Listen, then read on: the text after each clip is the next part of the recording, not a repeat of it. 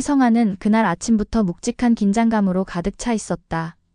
궁녀들은 숨을 죽이고 신하들은 서로의 눈치를 살피기 바빴다. 왕은 어전에서 격노한 목소리로 외쳤다. 누가 시킨 짓인지 말하면 살려주겠다. 그의 눈은 불타는 듯했고 손은 단검을 꽉 쥔 채 떨리고 있었다. 팔척귀의 배후를 캐기 시작한 왕의 결심은 단호했다. 그는 어가를 타고 직접 궁 안 곳곳을 수색하며 용의자를 찾으려 했다. 그때 한 신하가 조심스럽게 앞으로 나섰다. 그의 목소리는 떨리며 말을 꺼냈다. 대비마마께서 뭔가 알고 계신 듯하여 신하의 말은 조심스러웠지만 그 한마디가 어전에 무거운 침묵을 던졌다.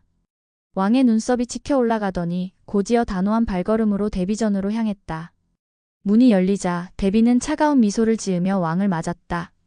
왕은 한 발짝 다가가며 말했다. 대비마마시라면 무언가 알고 계실 것이 있을 듯하여.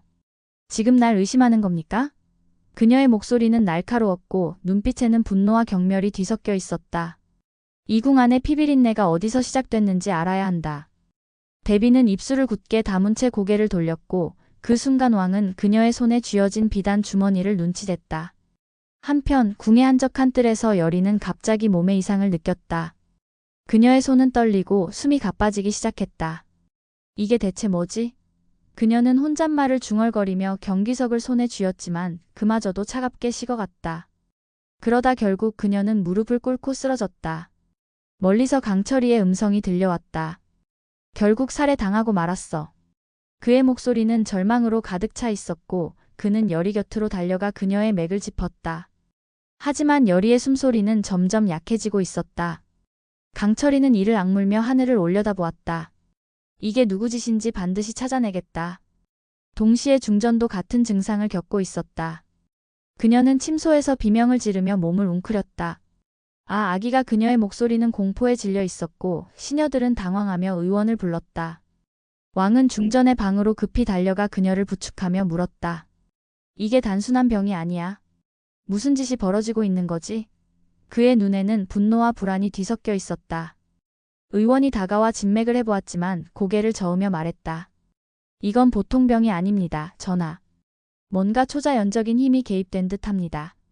왕이 혼란 속에 있을 때 강철이는 여리와 중전을 번갈아 보며 충격적인 결론을 내렸다. 그는 왕 앞에 서서 단호하게 말했다. 그 수살귀는 태아를 노린다. 너의 아들을 대신 내줄 텐가? 그의 말은 방 안에 무거운 침묵을 던졌고 왕은 충격의 말을 잃었다. 강철이는 한 발짝 다가가며 이어 말했다. 이 살을 풀 방법은 단 하나. 살을 쏜 귀신을 잡는 것뿐이다. 그의 눈에는 결의가 담겨 있었고 손은 이미 칼자루를 잡고 있었다. 더는 시간이 없다. 망설이면 여리도 중전도 모두 잃을 수 있다. 왕은 이를 악물고 고개를 끄덕였다. 그럼 어떻게 해야 하느냐? 강철이는 여리를 업고 중전의 침소로 향했다. 그의 발걸음은 급했고 마음은 불안으로 가득 차 있었다. 궁 안의 어두운 복도를 지나자 갑자기 차가운 바람이 불어왔다. 그는 몸을 돌려 어둠 속을 살폈다. 누구냐? 그의 외침에 답이 없었지만 멀리서 희미한 웃음소리가 들렸다. 수살귀였다. 그 순간 어둠 속에서 붉은 눈이 빛났다. 수살귀는 점점 모습을 드러냈고 그 형체는 해골처럼 비틀린 모습이었다. 태아의 생명 내게 바쳐라. 수살귀의 목소리는 으스스하게 울려 퍼졌다. 강철이는 여리를 바닥에 내려놓고 칼을 뽑았다. 내 놈이 여리를 이렇게 만든 거냐? 그는 달려들며 수살귀를 향해 칼을 찔렀지만 수살귀는 연기처럼 흩어지며 피했다. 그 틈에 여리가 눈을 살짝 떴다. 강철이 경기석 그녀의 목소리는 약했지만 결의를 담고 있었다. 강철이는 경기석을 그녀 손에 쥐어주며 말했다. 여리, 내 힘을 믿어. 나와 함께 이 악귀를 물리치자. 여리는 힘겹게 경기석을 들어 올렸고 그 순간 푸른 빛이 방 안을 가득 채웠다. 왕은 중전 곁에서 그녀의 손을 잡고 있었다. 버텨줘, 제발. 그의 목소리는 떨렸고 눈에는 눈물이 맺혀 있었다. 중전은 힘없이 미소 지으며 말했다. 전하, 아기가 무사해야. 그 순간 수살귀가 중전의 방으로 침투했다. 왕은 칼을 들고 수살귀를 막았지만 그 힘에 밀려 벽에 부딪혔다. 이놈! 왕의 외침이 복도에 울려 퍼졌다. 강철이와 여리는 수살귀를 향해 다시 돌진했다. 경기석의 빛이 수살귀의 몸에 닿자 비명을 지르며 몸이 흔들리기 시작했다. 내가 이렇게 끝날 리 없다. 수살귀의 목소리가 점점 약해졌지만 그 순간 또 다른 붉은 눈이 어둠 속에서 나타났다. 이건 시작일 뿐이다. 수살귀의 마지막 말이 채 끝나기도 전에 경기석의 빛이 그를 완전히 집어삼켰다. 방 안은 잠시 조용해졌지만 여리의 숨소리는 여전히 불안정했다. 강철이는 여리를 다시 안으며 그녀의 이마에 손을 얹었다. 여리, 버텨줘. 아직 끝난 게 아니야. 그의 목소리는 간절했고 손은 떨리고 있었다. 왕은 중전을 부축하며 말했다. 의원을 더 불러오너라.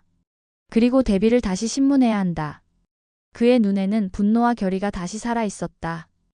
궁 안은 여전히 어둠에 휩싸여 있었고 수살귀의 비명이 복도에 메아리치며 사라졌다.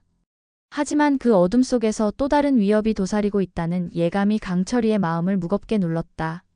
시간은 흘렀다. 여리는 천천히 의식을 회복했지만 그녀의 얼굴은 여전히 창백했다. 강철이 수살귀가 다시 올지도 그녀의 목소리는 약했지만 눈빛에는 희망이 남아 있었다.